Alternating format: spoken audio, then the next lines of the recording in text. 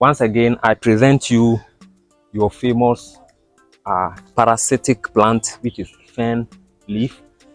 This is about the fourth time I am, introducing you to this powerful plant. You can see, which is helping a lot of people, thousands of people, to stopping the act of playing with their pekus in the case of women, and then bola in the case of men. Yes, this act of playing with these things is affecting a lot of people. It is breaking a lot of relationships. It is breaking a lot of marriages. It is destroying people, and so on and so forth. It all started somewhere last year when I first talked about this thing, and even took you through the whole procedure with which you can use to bath with it, and then get yourself free from this act. I am not mentioning the name because over the time, if I do mention the name here, mostly the owners of this red app don't agree with me, so they always ask me to put the video down. So this time around, I devised a different method.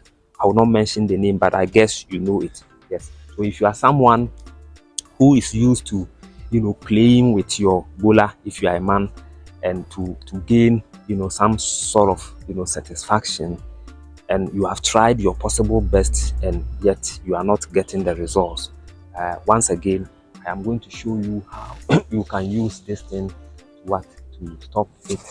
It is a parasitic leaf which grows on palm trees. So this is palm tree, as you can see. Can you zoom it for them to see it well? Yes.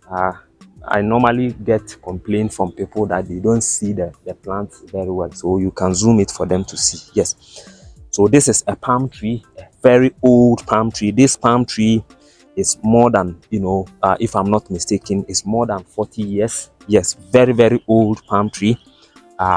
You can see, come and just check. It is growing virtually every part of the palm tree. Yes, this is how it is. If you are someone who wish to stop it and stop it for good, all you need to do is to just pick it. Make sure, come and let's watch it. Today I'm showing you how to even pick it. Make sure you pick it together with the root, because it has a root down there. So just pick it like this. Yeah, so you can see. Make sure you get the whole thing together with the root. Okay, get as many as you can. Get as many as you can. Take it home. You can chop it into pieces with your knife or your scissors. Just make sure you chop them, and then get a bucket. The bucket can be new. It can be your normal, your old bucket you used to bath with it. Either a metal bucket or a plastic bucket is all good. You transfer everything into it. Don't wash it. You transfer everything into it. Right after that, if you are lucky to be in a rainy season like we are here, because as you can see, check the sky. So it looks like it's about to rain. The weather is changing. You understand? We are in a rainy season, June. Okay, June, July here in Ghana, it rains a lot, and I know the same thing applies to some part of African countries. So if you are lucky to have to be in this current season, you can wait till when there is rain. If it is raining, you can just pick a huge pan with a very wide mouth, take it into the rain, then you place it where the rainwater will fall into the bucket or into the pan directly. This is how to harvest a rainwater. Don't go and tap a rainwater which has already fallen on the roof. You can see. Don't let it do it. If it falls on the roof like this before you tap it, it will not work. Don't ask me why it won't work. That is how nature did it. Nature have laws. The same way we human beings, we can sit down and come out with rules and regulations. The same thing nature too have rules and regulations. It is nature's law. It is the law of nature. So don't ask me. I don't know. If you ask me, I don't know why. So make sure you get a direct rainwater, from the top, and then let it fall into your bucket you've placed in an open, area. Right after that, let me check my distance. Yes. Right after that, having gotten enough of the rainwater, you bring it home, and then you pour everything into your into the leaf you've chopped into the bucket. If the rainwater is not enough, you can mix it. You can mix the rainwater together with well water. The well water too, we don't like that of mechanized one. Okay, don't go and use mechanized well water. Mechanized well water is where a pumping machine is constructed or installed, and it is being, pulled out. The water is being pulled out with electricity. We don't want that. We want an old mechanized, well water, old manual well water, where you tie a rope on a bucket, you throw it in, then you fetch the water, with your hand. You understand? Yes.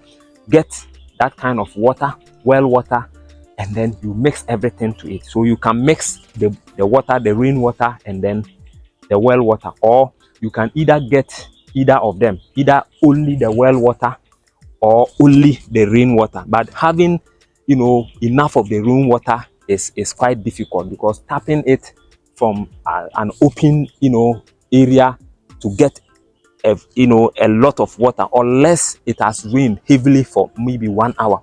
If it rained heavily for continuously for an hour or two, that one I can assure you that you will get everything. You will get enough, water. So you can mix the two. Having mixed the two together, then you pour everything onto the leaf. Then it doesn't stop there. Go look for sea salt. Okay, sea salt. Sea salt, we all know, the one we always use in our various kitchen, not the iodized salt. Sea salt I'm talking to you about. Sea salt. Now, so you get a handful of sea salt, then you mix it in. Having mixed it in, then you close it up, and then you go and place it in a cool, dry place, either in your room or in your kitchen. Place it where nothing will touch it. Just place it. You can even choose to close it up, no problem. That day you prepared everything is not part of the counting. So the following day is day one. The following day after preparation, so take out the day you prepared everything out of it, because it has to have 24 320, it has to be 72 hours soaked in the water. So that very day you prepared it is not part of the counting. So you wait the following day, then the counting will begin. So let it stay overnight till the next following day. That is day 2, then day 3, all the way to 3 days. After 3 days, you wait till the 4th day. On the 4th day, then you start taking your You start taking your bath. On the 4th day, you start taking your bath. Make sure you divide the bath water into 3. Okay, I'm not saying that you should necessarily get a 3. No, make sure you gauge it. So after you finish taking your normal bath with your soap and whatever finish, then at night, in the night before you hit the bed, you go into your bathroom. You don't recite anything. This one, don't let anybody deceive you and say there is a special word you will recite. Even the picking of the herbs, the only thing you can do is to just say the name of Allah. Okay, if in the case of a Muslim, you say Bismillah. Okay, yes, Bismillah. As a Muslim or as a person, whatever you do, you need to mention the name of God. You need to involve God. So as you are picking it, Bismillah, then you pick it. That's the only thing you say. In the name of Allah. That's it. You pick it. You can say, oh, I'm picking this herb in the name of God. That's all. That's all. But you don't recite anything. There is no special word you will recite, okay, when taking your bath. Yes. So you take your bath, you rinse yourself with the water, let it get everywhere, So after that, you leave the rest, okay? You leave the rest, go out from the bathhouse, let yourself dry naturally. Don't dry yourself with towel, anything. Let yourself dry naturally. Right after, finishing drying up, then you can wear your, nightgown and then hit the bed. When you finish taking your bath, don't go out. So make sure right after the bath, you don't go out. So finish doing whatever you want to do outside before you enter and then take your bath. Right after taking the bath, don't go out again. Just go straight to bed and then go and sleep. The following day, you repeat the same thing. The next day, you repeat the same thing. So you are done with it 3 days. On the last day, in the morning when you finish taking the last bath, the next day you gather the chaff, okay, and then you go and throw it in a place like this. See, in a bushy area like this. Don't go and throw it at the refuse dump, okay? Don't go and throw it at the refuse dump. Just get a bushy area, like places like this, and then you can throw it. Take it out from the plastic rubber bag, and then let's assume this is the chaff. Then you throw it away like this. You are done. Okay, you are done. I can give you 100% assurance that you and the that thing you do alone in your comfort, it will not appear, it will not occur to you, it will not even happen to you nothing will even trigger you to go and do it. And you see how powerful nature is. Someone brought his testimonies last week, and I think I've made a video of it. You can just check the description area of this video and go and listen to the person's testimony, and you'll be motivated and you'll be chanted, and definitely you too, you can get yourself free from that act. Copy the link of this video, share to your friends, your family, and people around you. And if you are new to this channel, please kindly subscribe to the channel.